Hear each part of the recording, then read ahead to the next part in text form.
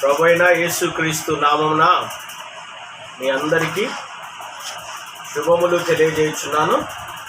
దేవుడిచ్చిన ఈ తరుణాన్ని బట్టి దేవునికి కృతజ్ఞతలు చెల్లిస్తూ ప్రార్థన చేసుకొని ఈ బైబిల్ స్టడీని ప్రారంభించుకుందాం. మన మధ్యలో ఉన్న పెద్దలు నూనె గురవయ్య గారు ప్రార్థన చేస్తారు.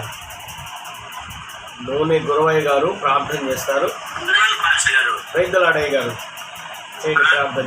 ప్రార్థన చేసుకున్నామంటే ప్రేమ నమ్మకం కలిగిన మా పీకర్లకు తండ్రి, దయగల మా ప్రభా మీకు స్తోత్రము నాయన, స్తోత్రము తండ్రి, స్తోత్రం ప్రభా. మహోన్నతుడా, కృపామయుడ, కరుణామయుడ, మహిళల రాజా, ఆదరణకర్త మీకే స్తోత్రము తండ్రి, స్తోత్రం ప్రభా.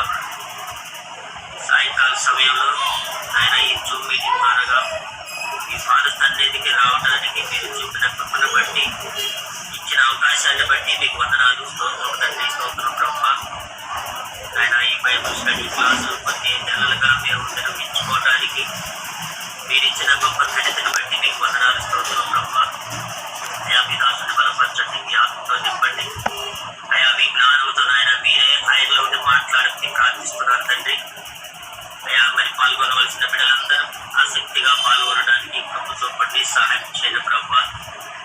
అయా విన్న వాక్యం అయా నిష్ఫలం కాకుండా మా హృదయాల్లో నాటుకొని అయా మంచి నేలను పడిన విత్తనంలాగా నూరంతలుగా ఫలించడానికి ప్రభు చూపి సహాయం చేయమని అయా మీ దాసుడు ఆయన బైబుల్ స్టడీ చేయనుండగా అయా మీ ఆత్మతో నింపి, మీ జ్ఞానంతో నింపి ఆయన మీరే నడిపించి మహిమ పొందమని, మహిమ ఘనత ప్రభావాలు మీరే పొందుకోమని క్రీస్తునామమున ప్రార్థించి వేడుకుంటున్నాం తండ్రి, ఆమేన్. వెంకయ్య గారు సమయంలో అందరం కలిసి దేవుని స్తుతిస్తూ 462వ పాట జయప్రభు యేసునే వెంబడించుచు జయముగా నడిచెదము. 462వ పాట.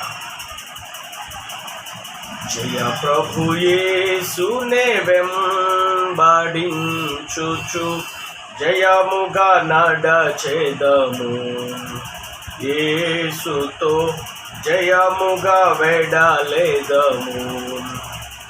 ప్రియుడగు యేసుని ప్రేమను చవిగొని, ప్రియుడగు యేసుని ప్రేమను చవిగొని పయనము చేసేదమా ప్రభు వెంబడి, పయనము చేసేదమా ప్రభు వెంబడి.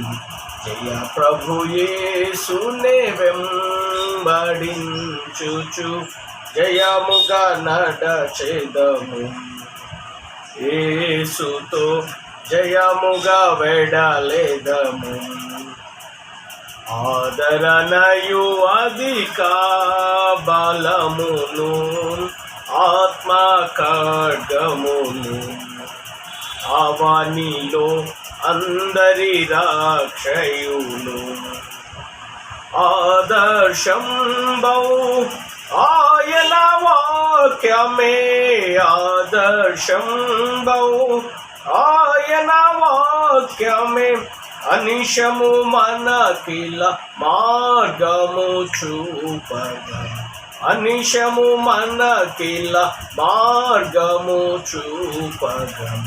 జయ ప్రభు యేసునే వెంబడించుచు జయముగా నడచెదము, యేసుతో జయముగా వెడలెదము. జగవిరోధులు మమ్ము జూటగా దరిచేరెదమేసు, ప్రభుని దరిచేరెదమేము. దాత్రి దురాశల డంబములన్నిటి, ధాత్రి దురాశల డంబములన్నిటి మైత్రిని వీడి నడచెదమేసుతో, మైత్రిని వీడి నడచెదమేసుతో. జయ ప్రభు యేసునే వెంబడించుచు జయముగా నడచెదము. యేసుతో జయముగా వెడలెదము. మా ప్రభు చూపుము నీదు మార్గపు మాదిరి జాడలను, నీదగు మాదిరి జాడలను. మా పాదములను తోచిలకుండగా, మా పాదములను తోచిలకుండగా, మాకిడు బలమును ఈ కృపాదినమున, మాకిడు బలమును ఈ కృపాదినమున. జయ ప్రభు యేసునే వెంబడించుచు జయముగా నడచెదము. యేసుతో జయముగా వెడలెదము. మా కొరకై నీవు నడచిన మార్గము చూడగను, మేము మార్గము చూడగను. మా రక్షకని అడుగు జాడలు, మా రక్షకని అడుగు జాడలు, మరువక విడువక నడువగా కృపణిదు, మరువక విడువక నడువగా కృపణిదు. జయ ప్రభు యేసునే వెంబడించుచు జయముగా నడచెదము. యేసుతో జయముగా వెడలెదము. ఇక పరముల నిన్నుగాక ప్రేమతో ఎవరిని కొలిచెదము, ఎవరిని ప్రేమింపవశమే. విహరించెదము యేసుని వెంబడి, విహరించెదము యేసుని వెంబడి. మహిమరాజ్యమున యేసుని కొలువగా, మహిమరాజ్యమున యేసుని కొలువగా. జయ ప్రభు యేసునే వెంబడించుచు జయముగా నడచెదము. యేసుతో జయముగా వెడలెదము. ప్రియుడగు యేసుని ప్రేమను చవిగొని, ప్రియుడగు యేసుని ప్రేమను చవిగొని, పయనము చేసేదమా ప్రభు వెంబడి, పయనము చేసేదమా ప్రభు వెంబడి. జయ ప్రభు యేసునే వెంబడించుచు జయముగా నడచెదము. యేసుతో జయముగా వెడలెదము. దేవుని వాక్యాన్ని చదువుకున్న సమయంలో యోబు గ్రంథం 1వ అధ్యాయము 6వ వచనం నుండి 10వ వచనం. యోబు గ్రంథం 1వ అధ్యాయము 6వ వచనం నుండి 10వ వచనం వరకు ఉన్న లేఖన భాగాన్ని చదువుకుందాం.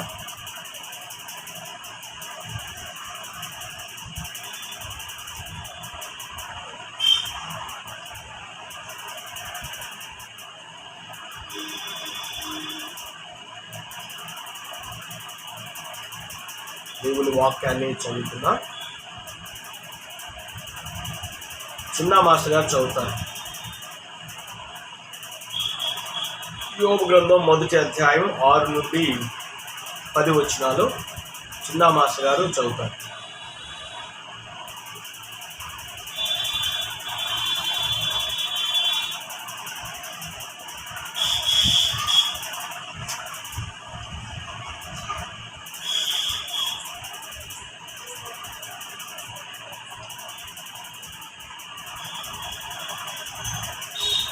మాస్టర్ గారు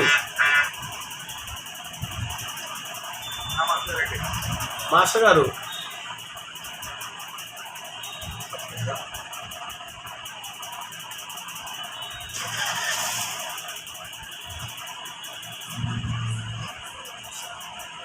లక్ వినపడుతుందా మాస్టర్ గారు? సరే ఓకే. లక్కిపోగు బాను చదివి వినిపిస్తారు. బాను లేక సుష్మా ఎవరొక్కరు చదవండి అమ్మా.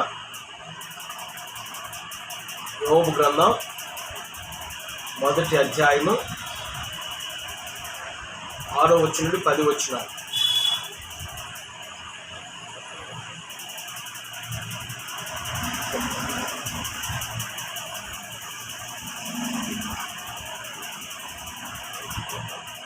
సిహెచ్ ఇమానేల్ గారు, బ్రదరు ఇమానేల్ గారు చదవండి. యోబు గ్రంథం 1వ అధ్యాయం 6 నుండి 10 వచనం. ఓకే చదవండి చదవండి.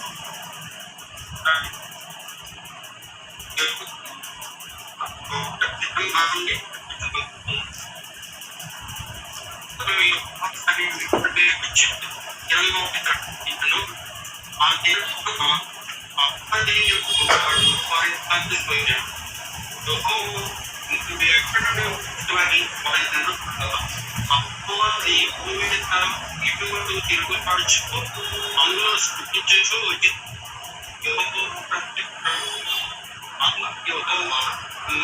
ఆ సేవకుని నీవు స్మృతి ఆలోచించి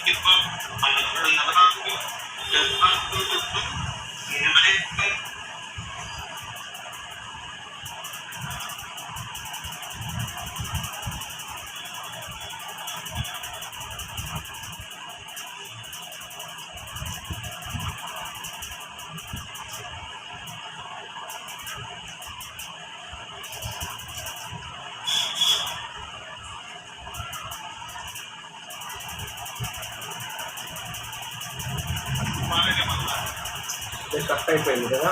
సరే ఓకే. అవును, ప్రార్థన చేసుకుందాం.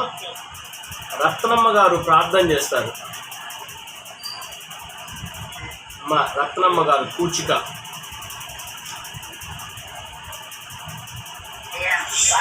అమ్మ ప్రైజ్లాడమ్మా, ప్రైజ్ చేయండి.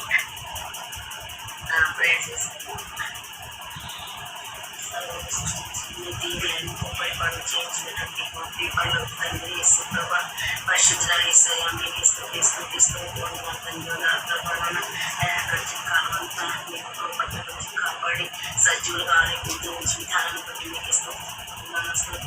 సాయంకాల సమయంలో ప్రభావ అయా జీవు అయా ద్వారా ఆయన కూడుకొని ప్రభావం మర్చించడానికి కనపరచడానికి ప్రభావ ఆత్మీయులు తండ్రి ఆత్మతో సజ్జులుగా ఆరాధించడం మాకు చూడడానికి బట్టి వచ్చినాం ప్రభావమయ గొప్ప దేవుడు ఘనమైన మహారాజు తండ్రి దయలు దిగవానికి స్తోత్రం ప్రభావ అయా ఉన్నవాడు వనవాడు చెప్పిన తండ్రి నీకు స్తోత్రం ప్రభావ అయా మేము అందరం కూడా కలిసి రీతిగా వచ్చుగా ప్రభావ మీరు మా మధ్యలో ఉన్నారని నమ్ముచున్నాం ప్రభా. ప్రభా మీకు స్తోత్రం తండ్రి గొప్ప భాషలో పాటించకపోవచ్చుగా తండ్రి ప్రభా. యోగు గారి నుంచి యోగు గారి గురించి ప్రభా అయా మరి అనేక దినములను చెప్పుచున్నారు ప్రభా. నాన్న అయా పిల్లలందరూ కూడా విని ప్రభా ఆ వాక్యాన్ని వారి హృదయంలో బాహుదయంలో అయా ముక్తులతో ఆరోగ్యం నూరు నీరు ఫలింపచేసి ఆశించమని ప్రార్థన చేస్తాం తండ్రి. వాక్యమైన దేవానికి స్తోత్ర ప్రభా. వాక్యాన్ని సర్వ జీవితంగా ఇచ్చేయండి. వాక్యాన్ని ప్రభావ అయ్యా వదిలేయకూడదు ప్రభా. అయ్యా వాక్యాన్ని మా హృదయలు భద్రపరుచుకుని నెవరు వేసుకుంటూ ప్రభా ఎప్పుడు ఎల్లప్పుడూ ఇసుగా ఎడతాక నిత్యమ ప్రభావ మేము ఇచ్చిన వాటిని దయచేసి ప్రార్థన చేస్తున్నాం తండ్రి. పరిశుద్ధాత్మ దేవాన్ని వందనాలు. ఈ పరిశుద్ధ పాదం స్తుతి స్తోత్రాలు ఈ పరిశుద్ధ బంగారు పాదం వందనాలు చెల్లించుకొచ్చినాం ప్రభా. స్తోత్రం తండ్రి. సర్వశక్తిమంతుడు సర్వోన్నతుడు సర్వానికి అతని గొప్ప దేవుడు తండ్రి. అయా వాక్యం చెప్పవచ్చు మాస్టర్ గారిని ప్రభా అయా విశ్వాసాలు ఉంచుకుని ప్రభా అన్ని సిలువు చదువు మరుగుపరుచున్నాయి. శక్తి బలం ఆరోగ్యం దయచేసి ప్రార్థన చేస్తున్నాయా. పాస్టర్ గారు మంచి ఆరోగ్యం దయచేసి మీ గృహంలో భద్రపరిచి కాపాడమని ప్రార్థన చేస్తున్నాం తండ్రి ప్రభా. బిడ్డలు ఉంటున్న గృహంలో మీరు ఉండని మీ కొత్తతో నింపుతాయి. అయ్యా బిడ్డ పాస్టర్ మంచి జ్ఞానాన్ని తెలివి దయచేయండి ప్రభా. ఏసయ్యా ఏసయ్యా యేసు ప్రభా మీకు వందనాలయ్యా. ఈ వాక్యం చెప్పుచ్చుకున్న ప్రభా నాన్న అయ్యా మరి వినే చెవులు గ్రహించి మనసు మాకు దయచేయమని ప్రార్థన చేస్తాం తండ్రి. చెవులు గలవాడు వీణులు దాకానే వార్తించిన దేవ ప్రభు అయినా అవును ప్రభు. అవును తండ్రి, వినే చెవులు దయచేయమని ప్రభు, వేగరపడి వినడానికి సహాయం చేయమని అయ్యా. ఇక సాయంకాలం పరిస్థితి ఘనత మహిమ ప్రభువులు మీరే పొందుతామని యేసయ్య పరిశుద్ధ నామములో వినే ప్రార్థన చేస్తున్నాం తండ్రి. ఆమేన్. అయ్యా అమ్మా ప్రేజ్ అమ్మా. ఆమేన్. అయిపోయిందయ్యా. ఓకే.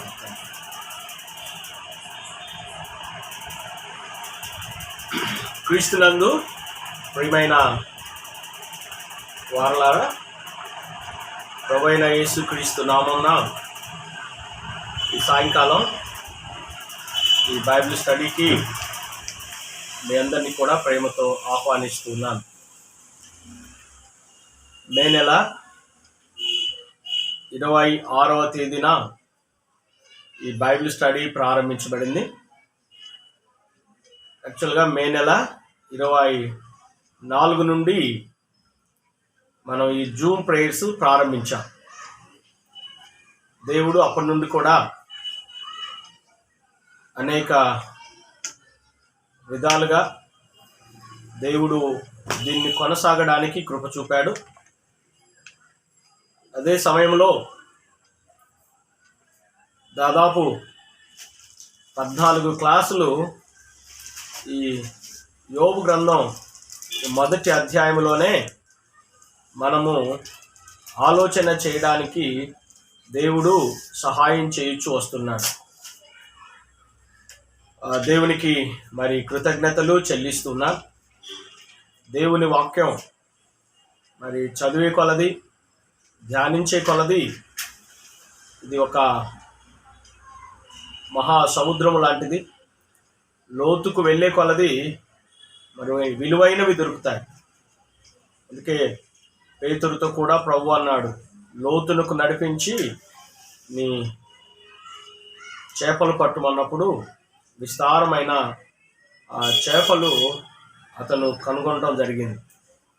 కాబట్టి దేవుని వాక్యములో కూడా మనము దాన్ని చదివే కొలది, ధ్యానించే కొలది దేవుని వాక్యములో నుండి అనేక విషయాలు మనకి దేవుడు తెలియచేస్తూ ఉంటాడు. కాబట్టి దేవునికి మరి కృతజ్ఞతలు చెల్లిస్తున్నా. ఈరోజు ఈ 15వ క్లాస్ ప్రభు చిత్తమైతే ఇంకొక 5 క్లాసెస్ ఈ మొదటి అధ్యాయంలోనే మనము ఆలోచన చేద్దాం. దేవుడు ఇంతవరకు కూడా మరి నడిపిస్తూ ఆయన కృప చూపిన విధానం కొరకు దేవునికి కృతజ్ఞతలు చెల్లిస్తున్నా. మరి ప్రారంభంలో 70 మంది దాకా బైబిల్ స్టడీకి వచ్చారు. మరి ఈరోజు ఒకసారిగా 21కి అయిపోయారు. మళ్ళా అంటే ఒకవేళ కుదరక రావట్లేదా, లేక అర్థం కాక రావట్లేదా, లేదా ఎక్కువ పని ఒత్తిడి నుండి రావడం లేదా, దానికి కారణాలు మీరే విశ్లేషించుకోవాలి. ఒకవేళ దేవుడు అవకాశం ఇచ్చినప్పుడు మరి సద్వినియోగము చేసుకోవడానికి మరి ప్రయత్నం చేయాలని కూడా కోరుతా ఉన్నాను. అలానే మరి ఈరోజు జన్మదినము జరిపించుకుంటున్న ఆదయ్య గారికి ఈ సంఘ పక్షాన బర్త్డే విషెస్ తెలియజేస్తున్నాను. దేవుడు తనను, తన కుటుంబాన్ని మరి దీవించి ఆశీర్వదించుగాక. దాసుని కొరకు, కుటుంబం కొరకు కూడా మనము ప్రార్థనలో జ్ఞాపకం చేసుకోవాలని కోరుతా ఉన్నాను. దేవుని బిడ్డలారా, ఈ 15వ క్లాస్లో కొన్ని దేవుడు అనుగ్రహించిన ఆలోచనలను ఈ వాక్యము ద్వారా మనము ధ్యానించుదాం. యోబు గ్రంథం మొదటి అధ్యాయం 10వ వచనం. నీవు అతనికిని, అతని ఇంటి వారికిని, అతనికి కలిగిన సమస్తమునకు చుట్టూ కంచె వేసితివి కదా. నీవు అతని చేతి పనిని దీవించుచుండుట చేత అతని ఆస్తి దేశములో బహుగా విస్తరించి ఉంది. ఈ లేఖనాల్లో దేవుడు సాతానుతో మాట్లాడాడు. నా సేవకుడైన యోబు గురించి నీకు తెలుసా? అతని వ్యక్తిత్వాన్ని గురించి చెప్పాడు. అయితే ఇక్కడ సాతాను యోబు యొక్క వ్యక్తిత్వం గురించి చెప్పట్లే. యోబు యొక్క ఆస్తిని, అతనికి దేవుడిచ్చిన భద్రతను గురించి చెప్తా ఉంది. దేవుడిచ్చిన భద్రతను గురించి చెప్తుంది. దేవుడిచ్చిన దీవెన గురించి మాట్లాడుతుంది. దేవుడిచ్చిన దీవెన, దేవుడిచ్చిన భద్రత, దేవుడిచ్చిన భద్రత. మీరు 10వ వచనంలో చూస్తే ఫస్ట్ అతనికి, రెండవది అదే 10వ వచనంలో అతనికి ఇంటి వారికి, ఫ్యామిలీ, పర్సనల్గా. రెండవది ఫ్యామిలీకి. మూడవది అతనికి కలిగిన సమస్తమునకు, తన పొసెషన్, తనకేమైతే దేవుడు మరి ఇవ్వబడ్డాయో, దేవుడు ఇచ్చాడో వాటన్నిటికి కూడా దేవుడు ఇచ్చిన భద్రతను గురించి మాట్లాడుతూ ఉంది. దేవుడిచ్చిన మరి భద్రతను గురించి మాట్లాడుతాం. అంటే పర్సనల్గా తనకు భద్రత ఇచ్చావు, ఫ్యామిలీ పరంగా భద్రత ఇచ్చావు, తనకు కలిగినటువంటి ఆ సంపద ఏదైతే ఉందో దానికి కూడా నీవు భద్రత ఇచ్చావు. అంతేకాదు నీవు అతన్ని దీవించావు గనుకనే అతనికి భద్రత ఇచ్చావు. ఆ దీవెనలో భాగం అభివృద్ధి ఇచ్చావు. రెండవది అతని మరి విస్తరణ ఇచ్చావు. దీవించావు, భద్రత ఇచ్చావు, విస్తరించావు. ఆ 3 విషయాలు కూడా మరి సాతానుడు అక్కడ మాట్లాడతాడు. కనుక ఈ లేఖనంలో మనము ఆలోచించినప్పుడు సాతానుడు ఎక్కువ ఫోకస్ చేస్తుంది అంటే ప్రాస్పరిటీ మీద ఫోకస్ చేస్తున్నాడు. ప్రభు ఏమో పర్సనల్ విట్నెస్ మీద ఫోకస్ చేస్తా ఉన్నాడు. దేవుడు మాట్లాడుతున్న విధానాలు వేరక్కడ. యథార్థత, అతని మరి భక్తిని, అతని యొక్క పవిత్రతను, వీటన్నిటిని గురించి మాట్లాడుతున్నప్పుడు అపవాది యొక్క మాటలు అంతా కూడా ప్రాస్పరిటీనే హైలైట్ చేస్తూ ఉన్నాడు.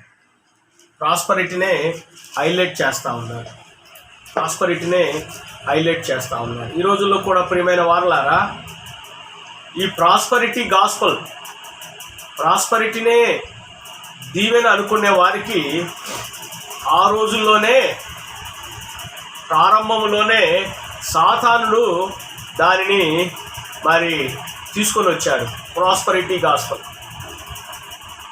కనుక ఒక వ్యక్తి దీవించబడ్డం అనేది అది అతని భక్తిని, అతని యథార్థతను, అతని యొక్క ఆశీర్వాదాన్ని చెప్పేదిగా ప్రాస్పరిటీ గురించి మాట్లాడుతూ ఉన్నాడు సాతాను.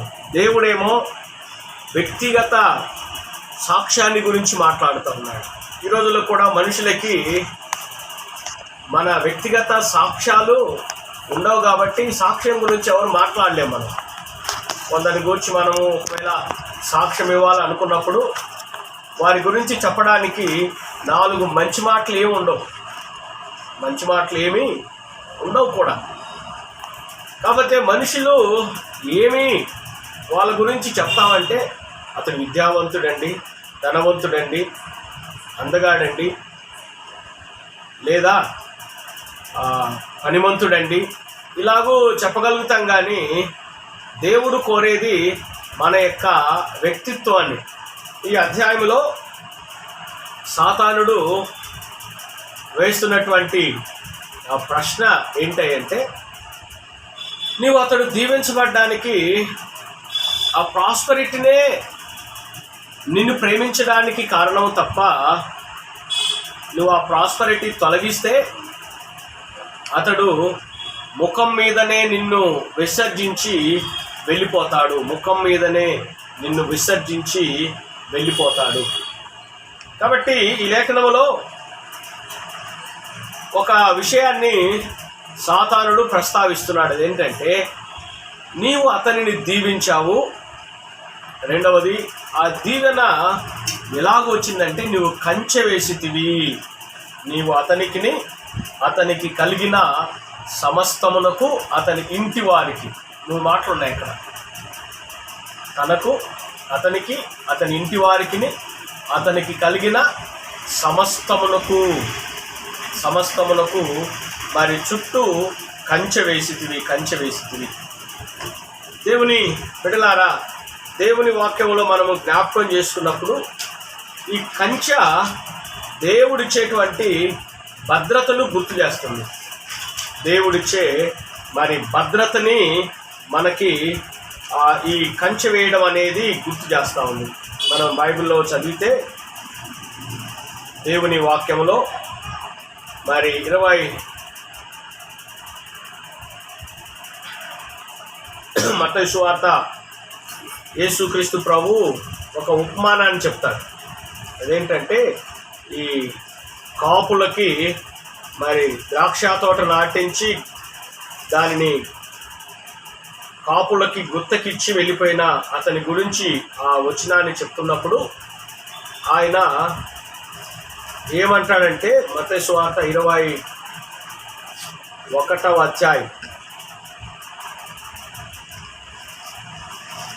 33వ వచనం, మరి ఒక ఉపమానము వినుడి.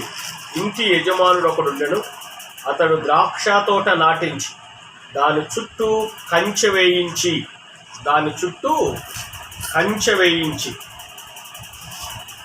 ఈ కంచె వేయడం అనేది దేవుని యొక్క సన్నిధానములో దేవుని యొక్క భద్రతను సూచిస్తూ ఉంది.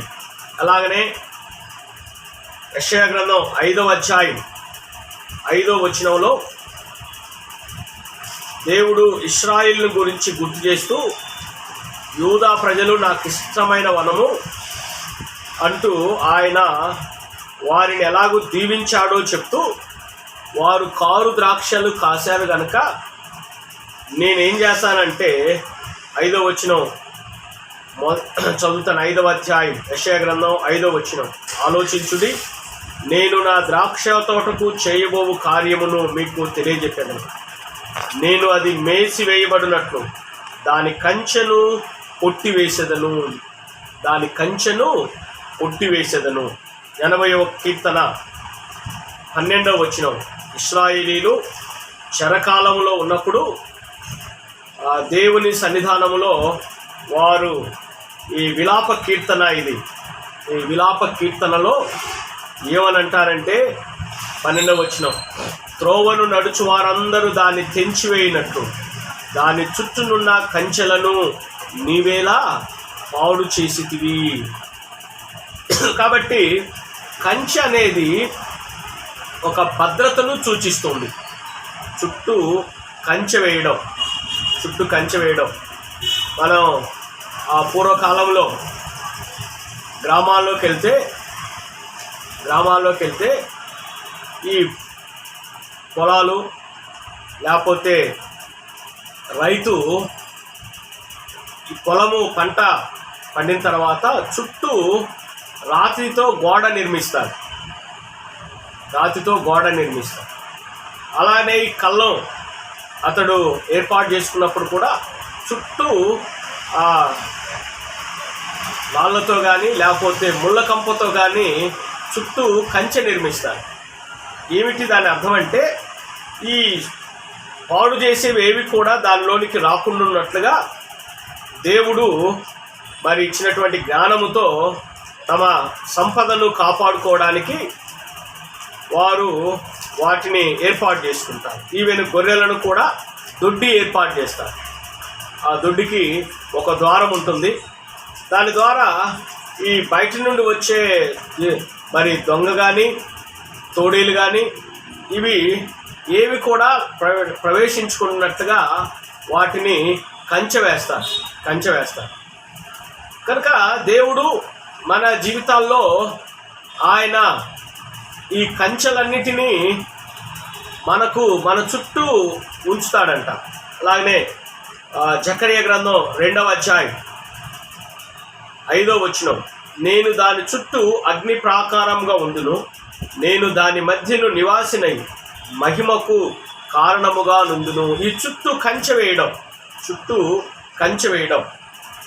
సాతాను కూడా మనల్నంట కొన్నిసార్లు దానికి లొంగినప్పుడు మన చుట్టూ కూడా అది ఒక కంచె వేసి మనల్ని మరి బయటికి రాకుండా అది మనల్ని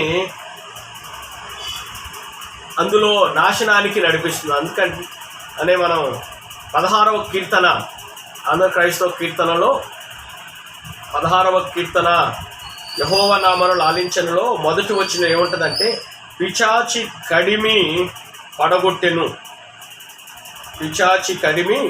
పడగొట్టెను, తన వశాన నన్ను నిలవబెట్టెను. అంటే అది బంధించిన బంధకాలలో నుండి దేవుడు మనల్ని విడిపించాడు అని చెప్పడానికి ఆ కీర్తనకారుడైనటువంటి వ్యక్తి ఆ విషయాన్ని కూడా అక్కడ గుర్తు చేస్తాడు. కనుక కంచె అనేది మరి భద్రతను సూచిస్తుంది. మనం ఓ పాట కూడా విన్నాం, కంచెగల తోటలో నన్ను భద్రపరిచినందున. కనుక దేవుడు మానవాళికి ఇచ్చేటువంటి భద్రతను యోబు గ్రంథంలో మనం చదువుకున్న భాగంలో ఉంటే, యెషయా గ్రంథం, కీర్తనల గ్రంథంలో దేవుని ప్రజలు మరి దేవుని మాట విననప్పుడు దేవుడే ఆ కంచెను తీసివేశాడని, జకరియా గ్రంథంలో దేవుని ప్రజలు తిరిగి ఆయన దగ్గరికి వచ్చినప్పుడు ఆయనే వారికి ప్రాకారముగా ఉండి వారిని, వారి కుటుంబాలను, వారి సంపదలను కాపాడుతాడని చెప్పడానికి దేవుడు ఆ ప్రవచనాన్ని చెప్తాడు. నేను దాని మధ్య నివాసినై ఉంటాను, దాని చుట్టూ అగ్ని ప్రాకారముగా ఉంటానని. కాబట్టి దేవుడు తన బిడ్డలకు మరి కంచె ఇచ్చే దేవుడు, అంటే తన భద్రతనిచ్చే దేవుడు. తను ఏర్పాటు చేసుకున్నటువంటి తన బిడ్డలకు ఆయన ఎప్పుడూ ఆయన భద్రతనిస్తాడు. అందుకే విశ్వాసులకి 3 అంచెల భద్రత ఉంటుందంట. 34వ కీర్తనలో 7వ వచనంలో ఒక మాట చదువుతాం మనం, యెహోవా యందు భయభక్తులు గలవారి చుట్టూ ఆయన దూత కావలి ఉండును. ఆయన చుట్టూ దేవుని దూత కావలి ఉంటుంది. 2వ రాజుల గ్రంథం 5వ అధ్యాయం 2వ రాజుల గ్రంథం 6వ అధ్యాయం.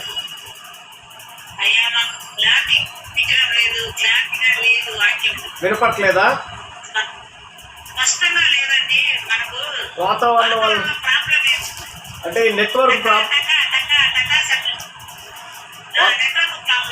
నెట్వర్క్ ప్రాబ్లమ్మా. ఓకే, 2వ రాజుల గ్రంథం 6వ అధ్యాయం 17వ వచనం.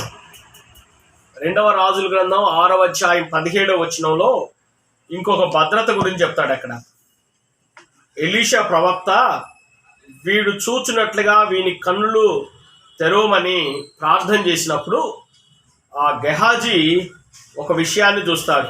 గనుక వాడు ఎలీషా చుట్టూను పర్వతమును అగ్ని గుర్రముల చేత రథముల చేత నిండి ఉండుట చూచెను. కాబట్టి దేవుడు తన బిడ్డలకు 3 అంచెల భద్రత ఏంటంటే, యెహోవా దూత, తన యందు భయభక్తులు గల వారి చుట్టూ ఆయన దూత కావలి ఉంటుంది. 2వది అగ్ని, పర్వతము, గుర్రముల చేతను రథముల చేతను చుట్టూ ఉంటుంది. 3వది దేవుడే ఆయన ఏమంటాడంట, అగ్ని ప్రాకారముగా ఉందును, దాని మధ్య నేను అగ్ని ప్రాకారముగా ఉందును. కనుక ఈ సత్యము సాతానుకు తెలుసు.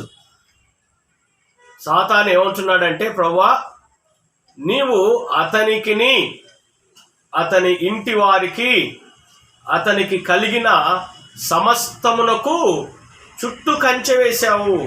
ఎలాగూ కంచె? మొదటి కంచె దేవుని దూత, 2వది అగ్ని రథముల చేతను గుర్రముల చేతను అగ్ని పర్వతం, మూడవది దేవుడే దాని చుట్టూ నేను ప్రాకారముగా ఉంటాను. యోబు విషయాల్లో అదే చెప్తుంది. నీవు అతనికి ఇంటి వారికిని అతనికి కలిగిన సమస్తమునకు చుట్టూ కంచె వేసితివి కదా. ఈరోజు ప్రియమైన వారలారా, మనము గృహాలు కట్టుకునేటప్పుడు చుట్టూ ప్రహరీ నిర్మించుకుంటాం. ఏమిటయ్యా దాని అర్థం అంటే, బయట నుండి ఏవైనా రాకుండా ఉండడానికి, మనకు భద్రత కొరకు. మరి మనం ఎంచుకున్నటువంటి భద్రతలు చాలాసార్లు మనల్ని రక్షించలేవు. దేవుడే ఆయన మనకు చుట్టూ ఉన్నప్పుడు, దేవుని దూత చుట్టూ ఉంటాయి. అగ్నిపర్వతములు గుర్రముల చేతను రథముల చేతను మరి ఎలీషా చుట్టూ ఉన్నాయి. చివరికి దేవుడే. ఒకవేళ అపవాది విశ్వాసిని తాకాలంటే ఈ 3 కంచెలు తీసివేయబడాలి. కనుక యోబు జీవితంలో సాతానుడు గ్రహించిన విషయం ఏంటంటే, యోబుకు ఈ 3 భద్రతలు ఉన్నాయి. 3 అంచెల భద్రత. ఇప్పుడు మనం ముఖ్యమంత్రి కానీ ప్రైమ్ మినిస్టర్ కానీ వీళ్ళకి కొన్ని భద్రతలు చూస్తాం కదా. 3 అంచెల భద్రత, 4 అంచెల భద్రత, ఎస్పీజీ స్పెషల్ గ్రూప్ ప్రొటెక్షన్, ఇలాగూ వారి భద్రత విధానాలు ఉంటాయి. కనుక దేవుని బిడ్డలకు కూడా ఈ భద్రత విధానాలు ఉన్నాయి. ఆయన మనకు ప్రధాన మరి చుట్టూ ఆయన మరి కంచెగా ఉండి అగ్ని ప్రాకారముగా, నేను దాని మధ్యలో, దానికి చుట్టూ అగ్ని ప్రాకారంగా ఉంటాను, దాని మధ్యలో నేను నివాసినై ఉంటాను. ఇది దేవుని మరి ప్రామిస్.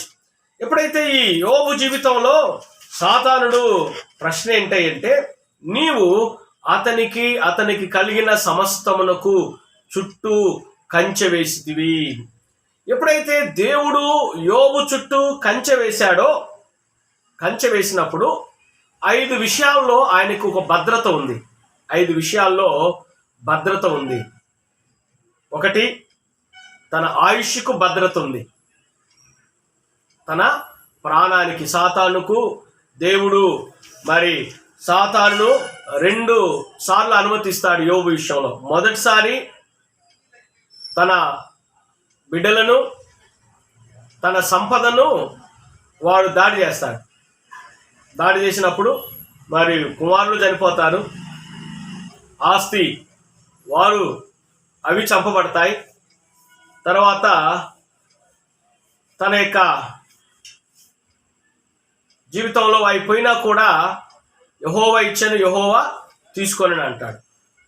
అప్పుడు ప్రభు మరలా మాట్లాడుతూ, నిష్కారణంగా నీవు అతన్ని ప్రేరేపించావు, అయినా కూడా యథార్థతను వదిలిపెట్టలేదన్నప్పుడు సాతాను 2వ సారి అంటుంది, ప్రాణాన్ని కాపాడుకోవడానికి మనుషుడు ఏమైనా చేస్తాడు. ఒక్కసారి నీవు అతన్ని మొత్తినట్లయితే మరలా నిన్ను విడిచిపెడతాడు అన్నప్పుడు దేవుడు సాతానుతో మాట్లాడుతూ అతని ప్రాణానికి ఏ హాని చేయకూడదు.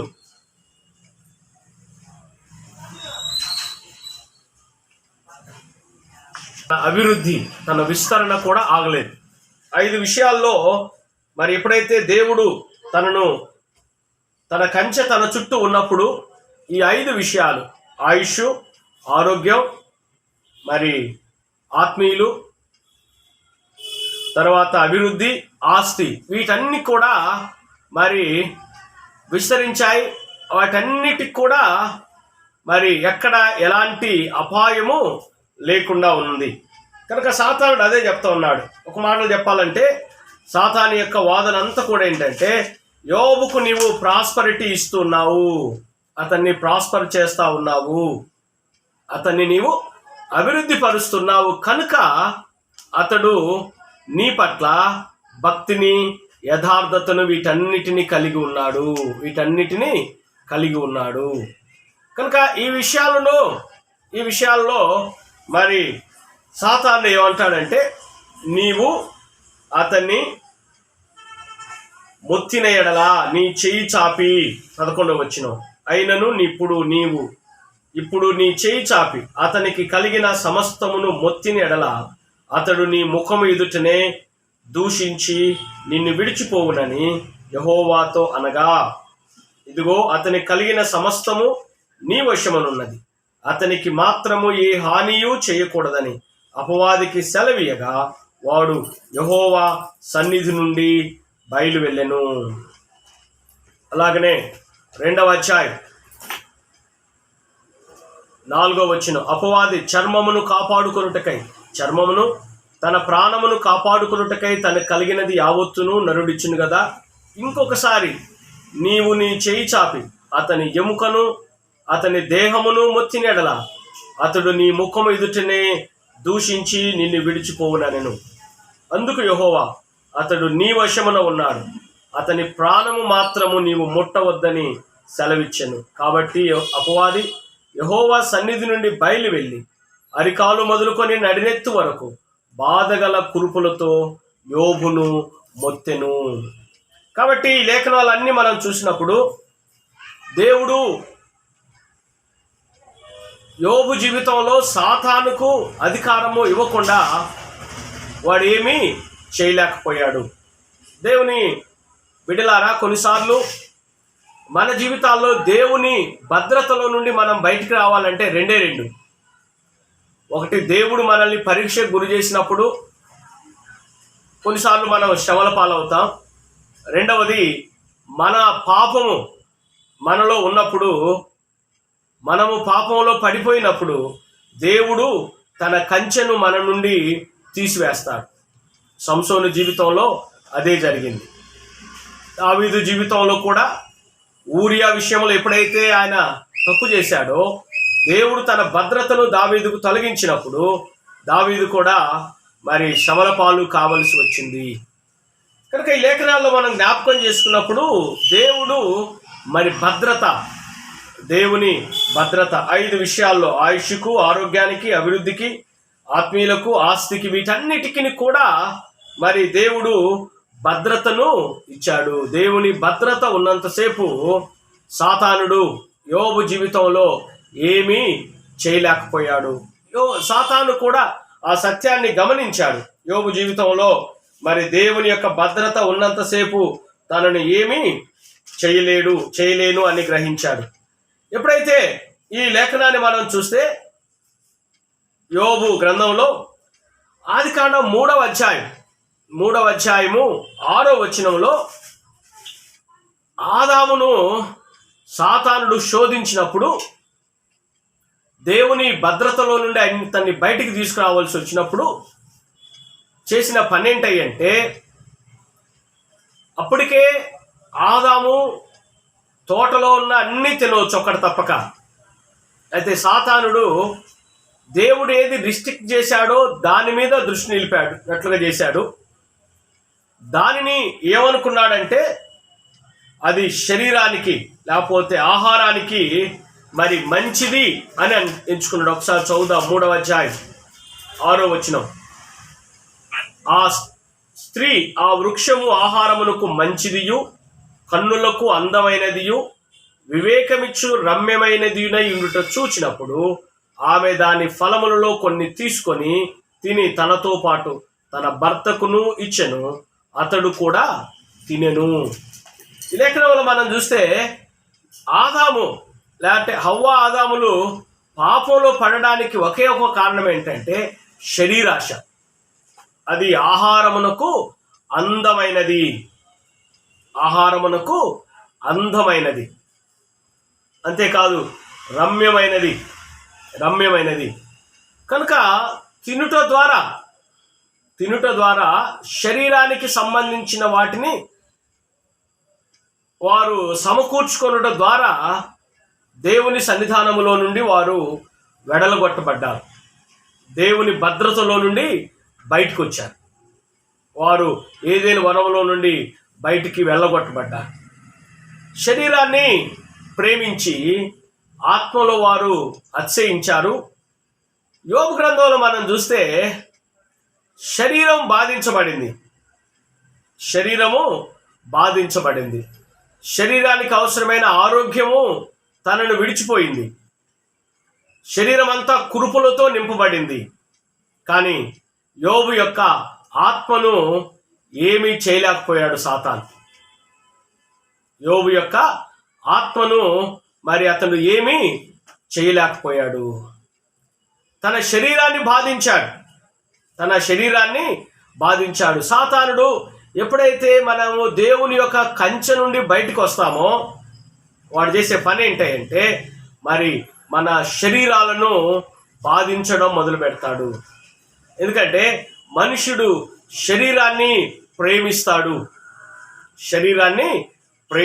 ఇక మనము ఈ దేవుని కంచె యోబు నుండి తొలగించబడ్డప్పుడు సాతాను మరి ప్రారంభంలో మనం చూస్తే ఆస్తి, కుటుంబం, తర్వాత తన ఆరోగ్యం మీద దాడి చేశాడు. ఒకవేళ మనం ఇట్లా చెప్పుకుంటే మనిషి ప్రయారిటీ లిస్టులో ఏముంటుందంటే మొదటిగా మనం ఉంటాం, మన తర్వాతే పిల్లలు, మన తర్వాతే భార్య, పిల్లలు, ఆస్తి. అయితే ఇక్కడ సాతానుడు వెనక ప్రయారిటీ నుండి తీసుకొచ్చాడు. ఆస్తికి ఫస్ట్ ప్రయారిటీ ఇవ్వం. కొంతమంది ఆస్తికి వారికంటే కూడా ఎక్కువ ప్రయారిటీ ఇచ్చుకునే వాళ్ళని చూస్తాం. ఆస్తి అంతస్తుల కొరకు మరి ప్రాణాలను, వ్యక్తిత్వాన్ని తాకట్టు పెట్టుకునే వాళ్ళని కూడా మనం చూస్తాం. కనుక సాతానుడు ఎక్కడి నుండి దాడి చేసంటే ప్రారంభం నుండి కాకుండా చివరి నుండి దాడి చేసుకుంటూ వచ్చాడు. ఆస్తిని తీశాడు. రెండవది కుటుంబ సభ్యులను, కుమారులను, కుమార్తెలను చనిపోయేటట్టు చేశాడు. అక్కడ కూడా అతను కదలలేదు. యోబు విషయంలో సాతానుడు ఫెయిల్ అయ్యాడు. అప్పటి వరకు కూడా దేవునికి యోబు జీవితంలో దేవుడు ఈ పిల్లలను, ఆస్తిని తాకడానికి మాత్రమే పర్మిషన్ ఇచ్చాడు. అంటే దేవుడు తన కంచెను ఈ రెండు విషయాల్లోనే తొలగించాడు. సంపదను మరి కుమారుల ప్రాణం విషయంలోనూ, అలాగనే తనకున్నటువంటి ఆస్తి విషయంలో, ఈ మూడింటి విషయంలో దేవుడు అనుమతిచ్చాడు. అందుకని సాతానుడు మనం అక్కడ జ్ఞాపకం చేసుకున్నప్పుడు 4 విధాలుగా మరి సాతానుడు పనిచేయడం ప్రారంభిస్తాడు. 4 విధాలుగా అక్కడ పనిచేస్తాడు. ఒకటి మనం చూస్తే అగ్ని, దేవుని అగ్ని 16వ వచనంలో గొర్రెలన్నిటినీ కాల్చివేస్తుంది. అగ్ని వచ్చి 16వ వచనంలో అగ్ని వచ్చి మరి గొర్రెలను, పనివారిని కూడా కాల్చివేస్తుంది. దేవుని అగ్ని, బైబిల్లో అగ్ని దేవుని యొక్క పరీక్షను గుర్తు చేస్తాం. పరలోకము నుండి దేవుని అగ్ని మరి అది కృమ్మరించబడుతుంది. అగ్ని లాంటి దేవుడు. అందుకనే బైబిల్ కూడా ఏం చెప్తుందంటే హెబ్రీ పత్రిక ఒకసారి చదువుదాం.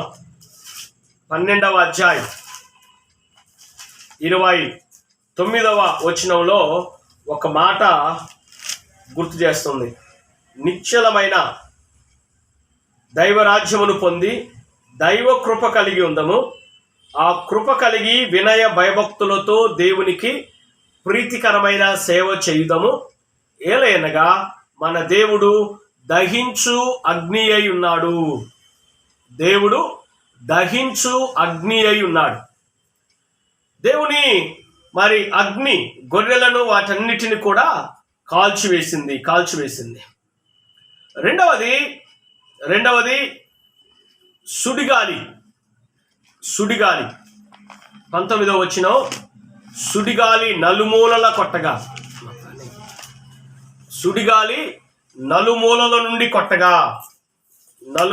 నుండి మరి సుడిగాలి వచ్చి వారిని కొట్టినప్పుడు, ఆ గాలి ఎప్పుడైతే ఆ ఇంటిని కొట్టగా అది వారి మీద పడినందున వారు చనిపోయారు.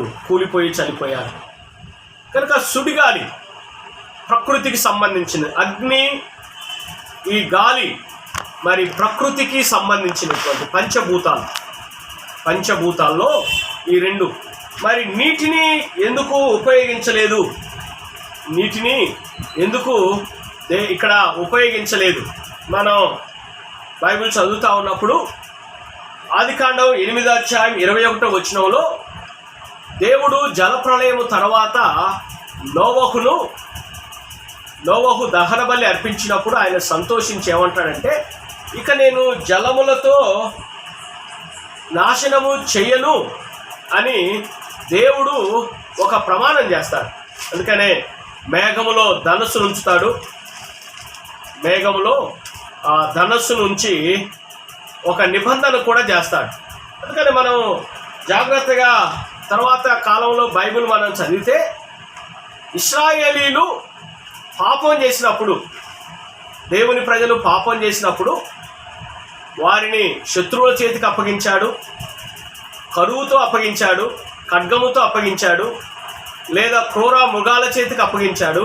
కానీ నీళ్ళలో వారిని ముంచివేసినట్లుగా ఎక్కడ కూడా మనకు కనబడదు. అంతేకాదు యెషయా గ్రంథంలో మీరు నిప్పులలోనూ నీళ్ళ మధ్యలో నడిచినప్పుడు నేను మీకు తోడై ఉంటాను అని దేవుడు ఒక ప్రవచనాన్ని కూడా మరి తెలియజేస్తాడు.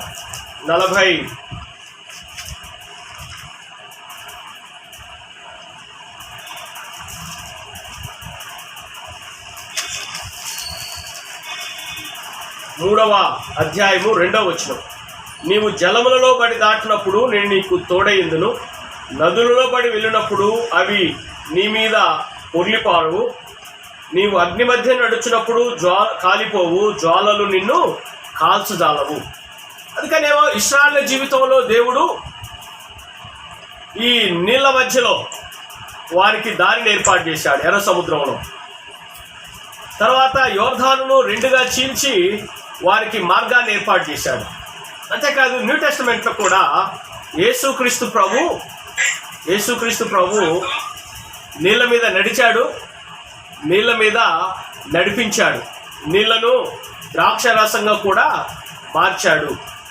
కాబట్టి దేవుడు ఈ గాలి, సుడిగాలి మన మార్క్స్ వార్త 4వ అధ్యాయం 41వ వచనంలో, శిష్యులు గాలియు సముద్రము కూడా ఈయనకు లోబడుతున్నాయే అంటూ యేసు ప్రభుని గురించి గుర్తు చేస్తారు, ఆయన గురించి మాట్లాడతారు. సముద్రాన్ని, తుఫాన్ని ఆయన కంట్రోల్ చేశారు. కనుక గాలి మరి దేవుని వాక్యములో మనము సుడిగాలిలో దేవుడు కొన్ని అద్భుతాలు కూడా చేశాడు.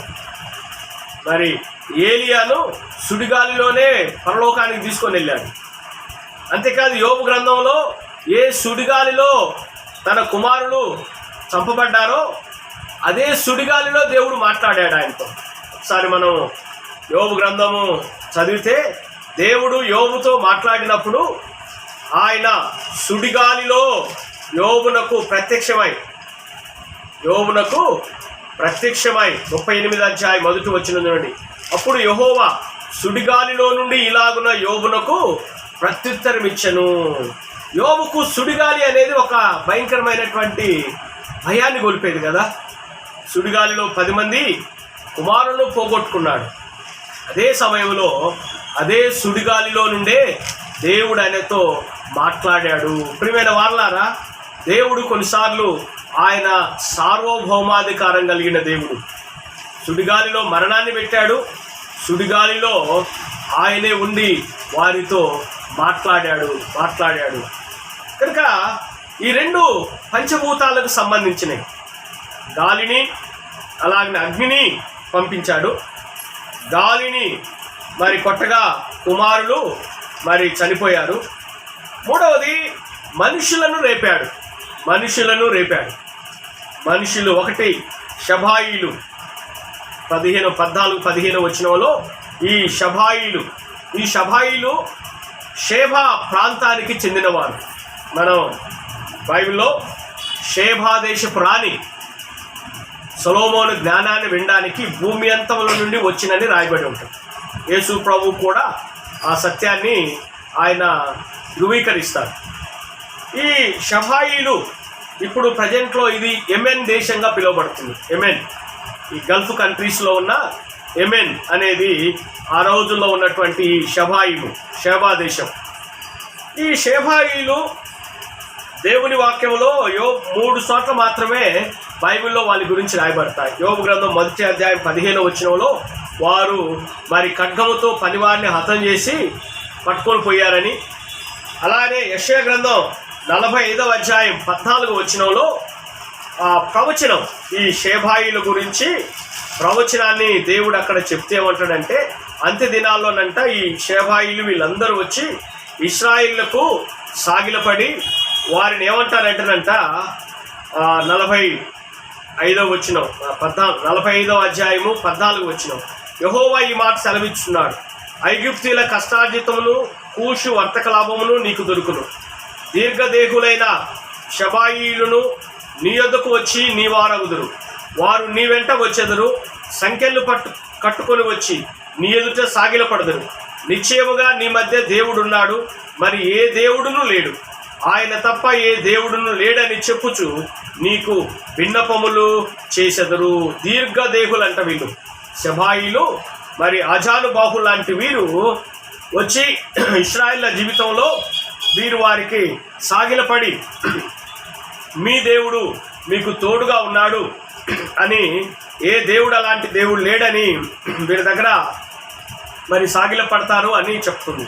అలానే యోవేలు గ్రంథం 3వ అధ్యాయం 4 నుండి 8 వచనాల్లో వీరు మరి దూర ప్రాంతంలో నివసించేవారిగా మరి చెప్పబడింది. దూర ప్రాంతాల్లో నివసించేవారిగా వీరిని గురించి యోవేలు గ్రంథంలో మరి దేవుని వాక్యము అక్కడ వారి గురించి జ్ఞాపకం చేస్తుంది. యోవేలు గ్రంథంలో 3వ అధ్యాయం చివరి 8వ వచనం, మీ కుమారులను కుమార్తెలను యూదా వారికి అమ్మివేయును. వారు దూరముగా నివసించు జనులైన షబాయిలకు వారిని అమ్మివేతురు. దూరంగా నివసించువారు. ఈ షబాయిలను మనుషులను వారి మీదికి సాతానుడు ప్రేరేపించాడు. దేవుడు ఎప్పుడైతే కంచెను తీసివేసినప్పుడు కొన్నిసార్లు మనుషులు కూడా మనకు వ్యతిరేకంగా నిలబడతారు.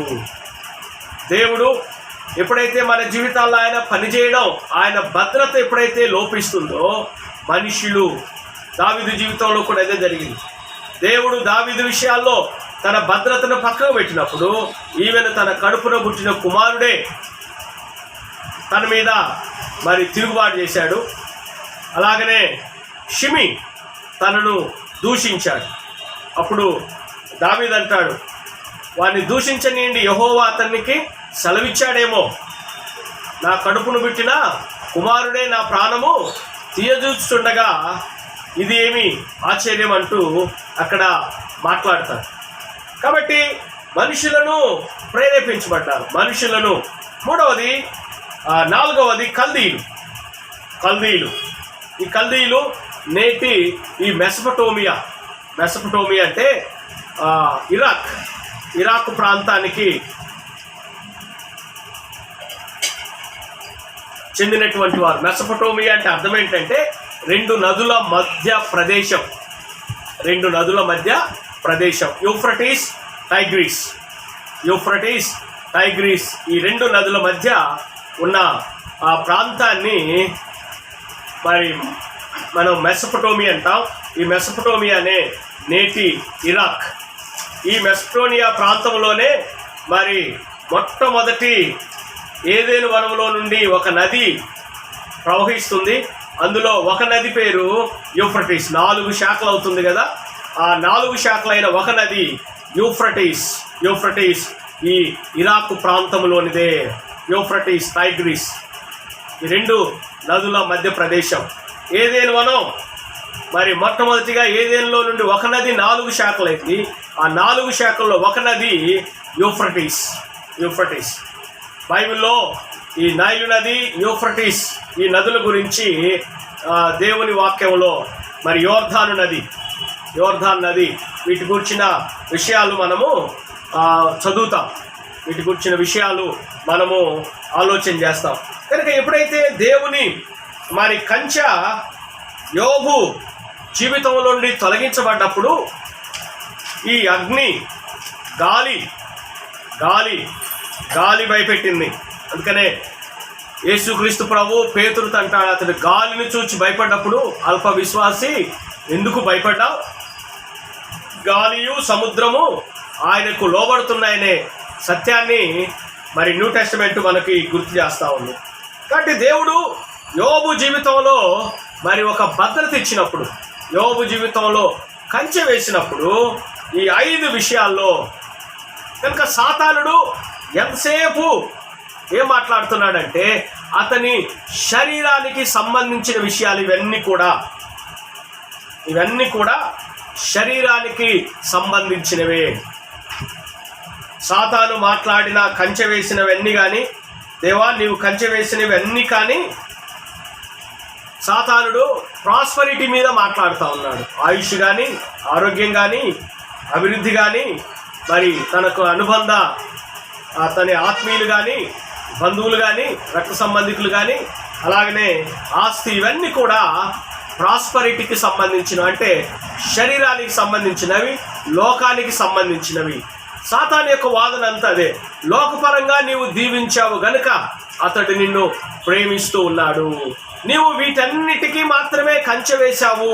అయితే సాతాను గ్రహించని ఒక సత్యం ఏంటంటే, సాతాను గ్రహించని ఒక సత్యము, దేవుడు యోబు ఈ భౌతిక విషయాలకే, అంటే ప్రాస్పరిటీ విషయాలకే కాదు, దేవుని పిల్లలకి ఇంకొక భద్రత, దేవుడిచ్చే భద్రత దేనికంటే మన హృదయాలకు, మన తలంపులకు.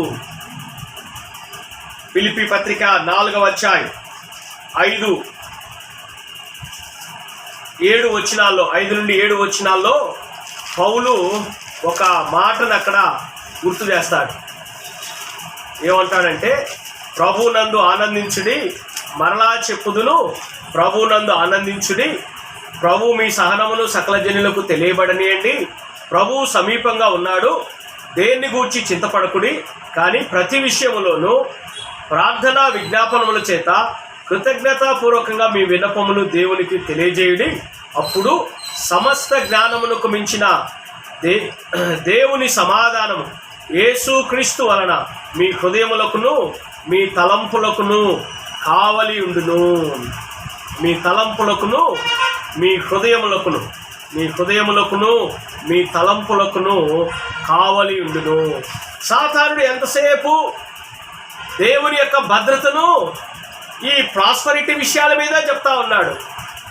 నువ్వు చేతి పనిని దీవించావు, ఇంటి వారిని దీవించావు, ఆయుష్ని దీవించావు, ఆరోగ్యం ఇచ్చావు, సుఖాన్ని ఇచ్చావు, కాబట్టి నేను అతను ప్రేమిస్తున్నాడు అనే విషయాన్నే మరి ఎక్కువ ఫోకస్ చేస్తున్నాడు. నువ్వు శరీరాన్ని బాధపడితే, శరీర సంబంధాలను తీసివేస్తే, శరీర సంబంధమైన ఆస్తిని, ఈ అంతస్తును తీసివేస్తే కనుక దేవుని కంచెలో సాతాను మాట్లాడుతున్న విషయాలన్నీ అవే శరీర సంబంధమైనవి. శరీర సంబంధమైన ప్రాణం, శరీర సంబంధమైన ఆరోగ్యం, శరీర సంబంధమైనటువంటి బిడ్డలు, భార్య, శరీరానికి సుఖాన్ని ఇచ్చేటువంటి ఆస్తి. చాలాసార్లు ప్రియమైన దేవుని బిడ్డలారా, మన భక్తి కూడా వీటి కొరకే నడతామేమో.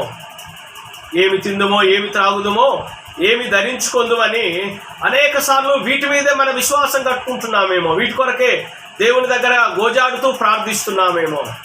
అయితే యోబు జీవితంలో సాతాను గ్రహించని సత్యం ఏంటంటే, యోబు తలంపులకి, హృదయానికి దేవుని కంచె ఉంది. ఎందుకంటే యేసుక్రీస్తు ద్వారా దేవుని సమాధానం, యోబు హృదయంలో దేవుని సమాధానం ఉంది. సాతానుడు ఏం చేశాడంటే బయట అసమాధానాన్ని కలిగించాడు, కానీ యోబు జీవితంలో దేవునితో ఉండే ఆ రిలేషను, దేవుడిచ్చిన సమాధానము తన హృదయములకు, తన తలంపులకి కావలి ఉంది కనుకనే యోబు నోటి మాటతో కూడా పాపము చేయలేదు. నోటి మాటతో కూడా పాపము చేయలేదు. క్రీస్తునందు ప్రియమైన వారలారా, ఈ సాయంకాలం వాక్యం వింటున్న నీవు, నేను దేవుని భద్రత ఏ విషయాల్లో నీకు కావాలా? ఏ విషయాల కొరకు దేవా నన్ను భద్రపరచు, దేవా నన్ను కాపాడని నువ్వు ప్రార్థిస్తున్నావు? నా ఇంటిని, నాకును, నా కలిగిన సమస్తానికి చుట్టూ కంచె వేస్తే సరిపోద్దా? అదే దీవెన అనుకొని అందులోనే ఆనందిస్తూ అవి పోతే దేవుణ్ణి దూషిస్తావా? ఈరోజు విశ్వాసులు ఈ ప్రాస్పరిటీ గాస్పల్ అంతా కూడా దాని మీదే నడుస్తూ ఉంది.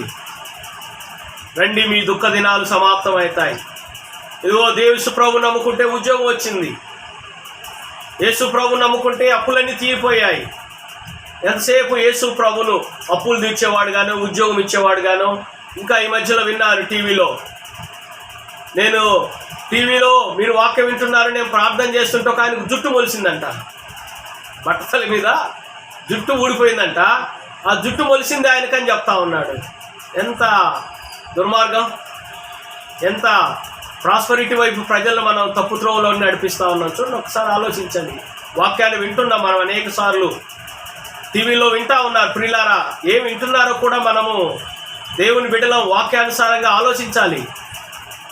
నేను చెప్పేది నవ్వు వస్తుంది మీకు, అది వాస్తవం. మీకు కావాలంటే అటు వీడియో క్లిప్స్ చూడండి. ఆయన దహించి అగ్ని ఎవరో థామస్ గారు, జుట్టుడు పెందు వచ్చింది, నేను ప్రార్థన చేస్తేని చెప్తా ఉన్నాను. కాబట్టి చాలాసార్లు ప్రజలను ఉద్యోగం ఇస్తున్నాడు దేవుడు, లేకపోతే ఆరోగ్యం మంచిదే. దేవుడు స్వస్థత ఇవ్వకపోవడం అనేది దేవుని ఆధీనంలో ఉంది. అది స్వస్థతే దేవుడు కాదు, స్వస్థతే ఆత్మీయత కాదు, నీకు లగ్జరీ ఆత్మీయత కాదు. అన్న వస్త్రాలు ఇచ్చి ఆయన పోషిస్తాడు. ఆకాశ పక్షులను పోషించే దేవుడు మనల్ని పోషిస్తాడు. అడవి గడ్డిని అలంకరించిన దేవుడు మనల్ని పోషిస్తాడు. ఈవెన్ అందుకే యేసు ప్రభు అన్నాడు, సమస్త వైభవంతో కూడిన సొలొమోను సహితము అడవి గడ్డిలో, అడవి పువ్వుల్లో ఒకదాని వల్ల కూడా అలంకరింపబడలేదు అన్నాడు.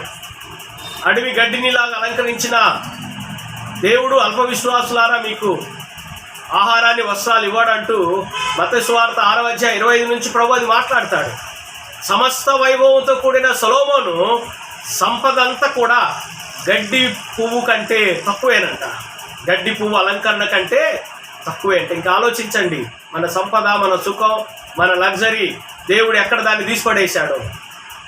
కాబట్టి యోబు జీవితంలో సాతానుడు ఈ భద్రతను గురించి ఏం చెప్తున్నాడంటే, ప్రాస్పరిటీ, నువ్వు ఇచ్చావు కాబట్టి ప్రాస్పర్ అయ్యాడు. ఆయుష్ విషయంలో, ఆరోగ్య విషయంలో, మరి శరీర సంబంధమైనది మీరు జాగ్రత్త చదివితే కుటుంబం శరీర సంబంధమైనది. తర్వాత సంపద సుఖానికి సంబంధించింది, శరీర సంబంధమైనది. ఆయుష్, ఆరోగ్యం, ఈ రెండు కూడా ప్రాణం శరీర సంబంధమైనవి. అందుకనే యేసుక్రీస్తు ప్రభు ఈ లోకంలో ఉన్నప్పుడు కొన్ని విషయాలు చెప్పాడు. మత్తయి సువార్త 10:28 వచనం.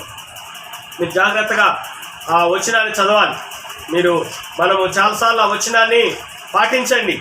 ఏమన్నాడంటే, మరియు ఆత్మను చంపనేరక దేహమునే చంపువారికి భయపడకుడు కానీ ఆత్మను దేహమును కూడా నరకములో నశింపజేయగలవానికి మిక్కిలి భయపడుడి.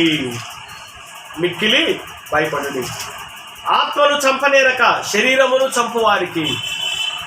కనుక సాతానుడు శరీరాన్ని చంపుతాడు, యోబు కుమారులను.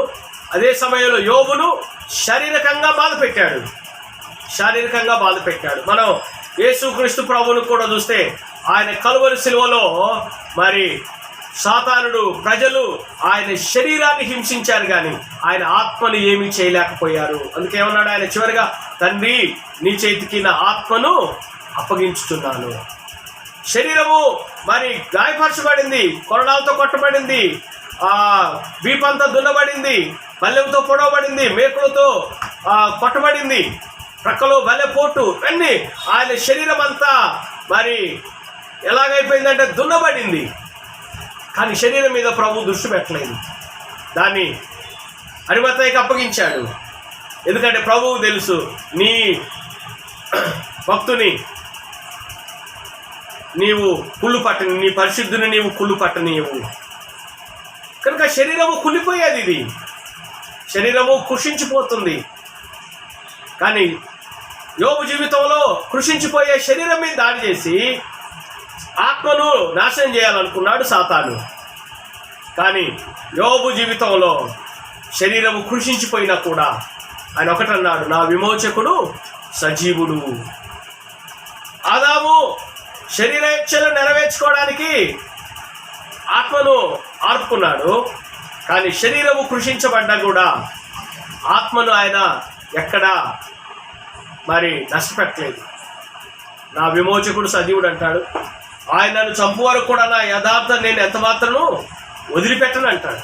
నా యథార్థత నేను ఎంత మాత్రము వదిలిపెట్టను, నేను ఆ యథార్థతను నేను విడిచిపెట్టక నేను దేవుని కొరకు జీవిస్తాను అంటూ తన యొక్క యథార్థతను కాపాడుకుంటాడు. శరీర విషయంలో శ్రద్ధ ఉండకూడదు.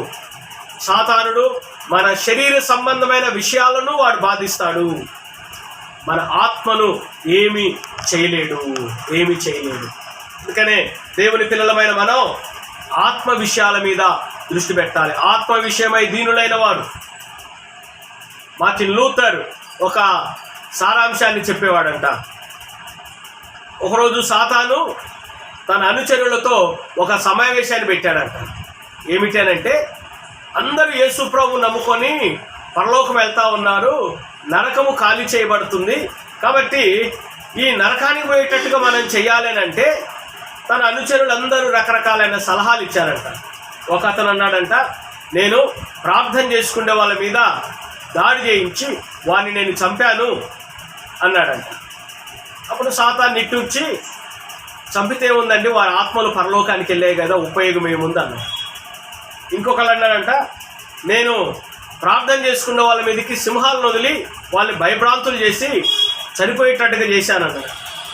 అయినా వాళ్ళు చనిపోయేటప్పుడు దేవుని స్తుతిస్తూ చనిపోయారన్నాడు. అయితే ఉపయోగం ఏముంది, వారు కూడా పరలోకానికి వెళ్ళారు కదా అన్నాడు.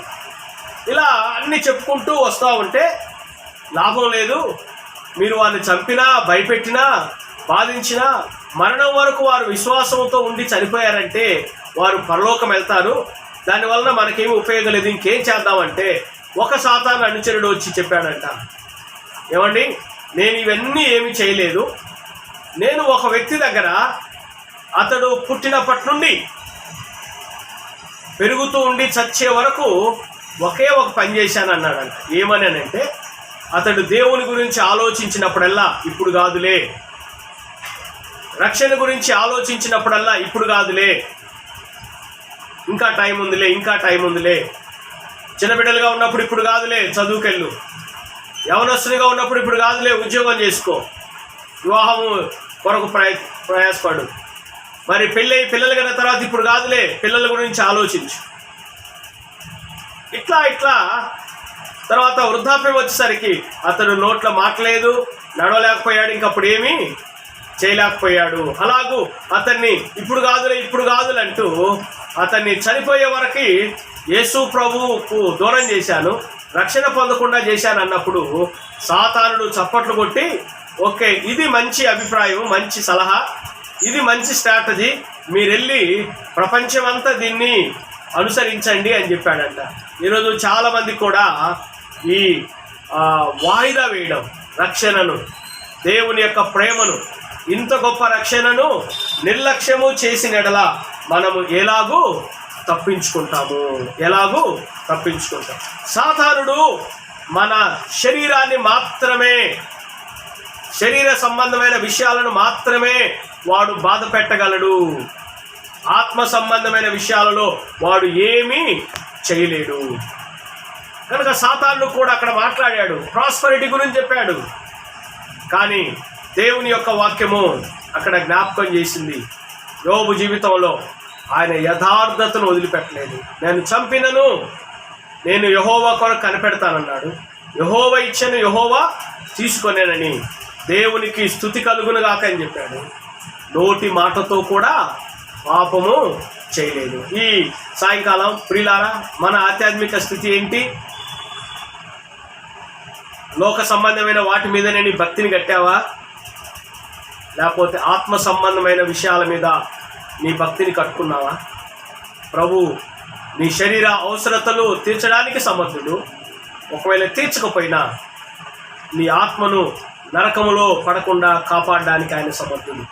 ఆత్మ విషయమై దృష్టి పెడదాం, ఆత్మలో ఎదుగుదాం, దేవుని కొరకు మరి జీవించడానికి దేవుని కంచెను, యోబుకు కంచె ఉంది. ఏంటంటే తన హృదయానికి, తన తలంపులకు. బైబిల్లో ఒక మాట ఉంది సామెతల్లో, ప్రాకారం లేక పాడైపోయిన పట్టణం ఎంతో, తన మనస్సును అణుచుకొని లేనివాడు అంతే. యోబు దేవుని కంచెలో ఉన్నాడు కనుక తన మనస్సును, తన మాటలు వీటన్నిటినీ కంట్రోల్లో ఉంచుకున్నాడు. దేవునికి మరి యుక్తుడుగా మారిపోయాడు, యుక్తమైనదిగా మాట్లాడాడు. రెండంతల దీవెనలకు పాత్రుడయ్యాడు. ప్రార్థన చేసుకుందాం. ప్రభువా, మేము అలా జీవించడానికి సహాయం చేయమని ప్రార్థన చేద్దాం. ప్రేమ కలిగిన తండ్రి, నీ వందనాలు. ఈ సాయంకాలం యోబు జీవితంలో యోబుకి ఇవ్వబడిన ఆ భద్రతలు మేము జ్ఞాపకం చేసుకోవడానికి కృప చూద్దాం. ప్రభా, సాతానుడు శరీర సంబంధమైన లోక సంబంధమైన భద్రతను తీసివేయగలిగాడు కానీ ఆయన తన హృదయానికి తలంపులకు ఉన్న భద్రతను తీసివేయలేకపోయాడు. తండ్రి, మా జీవితాల్లో కూడా మా ఆత్మను మరి నరకానికి వెళ్ళకుండా కాపాడుకోవడానికి సహాయం చేయి. నీ కంచెలో మా ఆత్మీయ జీవితాన్ని ఎదిగింప చేసుకోవడానికి కృప చూపమని, పాలు పొందిన ప్రతి బిడ్డను దీవించమని, ఇంతవరకు మీరు తోడుగా నడిపించినందుకు స్తుతిస్తూ మా ప్రభువైన యేసు నామంలో వేడుకుంటున్నాను తండ్రి. ఆమేన్. పరలోకమందున్న మా తండ్రి, నీ నామం పరిశుద్ధపరచబడును గాక, నీ రాజ్యం వచ్చును గాక, నీ చిత్తము పరలోకమందు నెరవేర్చినట్టు భూమి మీద నెరవేరును గాక. మాకు కావాల్సిన అనుదిన ఆహారం నేడు మాకు దయచే. మా రుణస్తులను మేము క్షమించిన ప్రకారం మా రుణములను క్షమించు. మా శోధనలు అయితేక కీడు మీరు తప్పించు. ఎందుకంటే రాజ్యము, బలము, మహిమ నిరంతరము నీవైనవి తండ్రి. ఆమేన్. మన పరమ తండ్రి అయిన యెహోవా దేవుని ప్రేమ, కుమారుడు, రక్షకుడు, విమోచకుడైన యేసుక్రీస్తు కృప, పరిశుద్ధాత్మ దేవుని సహవాసము, దీవెన కూడిన ప్రతి ఒక్కరికి, సంఘానికి, మన పరిచర్యను ఆత్మను ఎదిగింపజేసుకుంటూ నడిచే విశ్వాసకి సదా తోడైంది దీవించుగాక. ఆమేన్. ఆమేన్. అందరికీ వందనాలండి. Praise the lord.